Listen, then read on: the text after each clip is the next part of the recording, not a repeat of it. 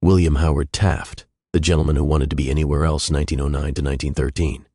When William Howard Taft walked into my halls, he didn't skip, grin, or pretend to enjoy it.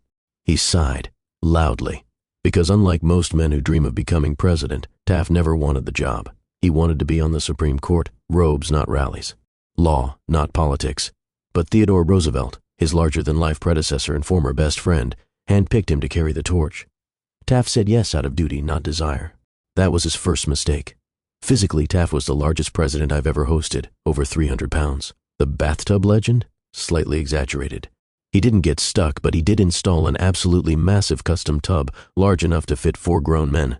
He appreciated comfort, and I had no complaints. My plumbing, however, had thoughts. Now let's talk real estate. Roosevelt had carved out the West Wing during his administration. He needed space for his booming voice and endless meetings. Taft made a critical addition. He built the Oval Office. Yes, that iconic room where presidents now pace, command, and fume. That was Taft's idea. He wanted something more functional, more formal. And he gave me one of my most famous features. As president, Taft was brilliant, methodical, and utterly allergic to politics. He busted more trusts than Roosevelt. He expanded civil service protections. He strengthened the Interstate Commerce Commission. But he had the charisma of a law textbook, and it showed. Roosevelt expected Taft to govern like a warrior. Instead, Taft governed like a judge, calm, careful, boring. And when he didn't do what Roosevelt wanted, like confronting powerful businesses or waving the big stick, Teddy blew a gasket. In 1912, Roosevelt challenged Taft for the presidency. When the Republican Party stuck with Taft, Roosevelt stormed out and formed the Progressive Party. The GOP split like kindling.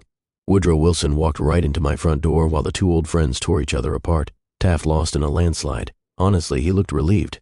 But the best part? 8 years later, he finally got what he always wanted. In 1921, President Harding appointed him Chief Justice of the United States, the only man in history to lead both the executive and judicial branches. And he was happier than ever. Taft may not have thrilled the public. He didn't change the world. But he served with honesty, intelligence, and respect for the law.